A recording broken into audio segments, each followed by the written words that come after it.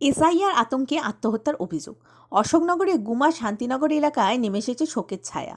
মৃতের নাম নিখিল দাস, বয়স 70 বছর। পরিবারের অভিযোগ, আজ তার শুনানির জন্য নোটিশ আসার পর থেকেই প্রবল মানসিক চাপে ভুগেছিলেন তিনি। আবার বাংলাদেশে ফেরত পাঠানো হতে পারে, এই আশঙ্কা তাকে মানসিকভাবে ভেঙে দেয়। মঙ্গলবার রাতে বনগাঁ শিয়ালদা শাখার গুমা স্টেশনের কাছে ট্রেনের ধাক্কায় মৃত্যু হয় তার।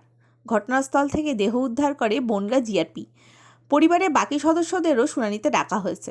কয়েকজন ইতিমধ্যেই শুনানিতে হাজির হয়েছেন বলে জানা গেছে। এই ঘটনায় উঠছে গুরুতর প্রশ্ন, ভয় ও আতঙ্ক কি এক প্রবীণ নাগরিককে চরম সিদ্ধান্তের দিকে ঠেলে দিল? তদন্তে নেমেছে প্রশাসন।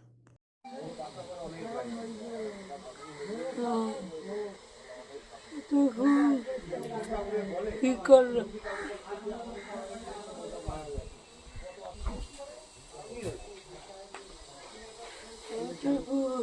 জায়গা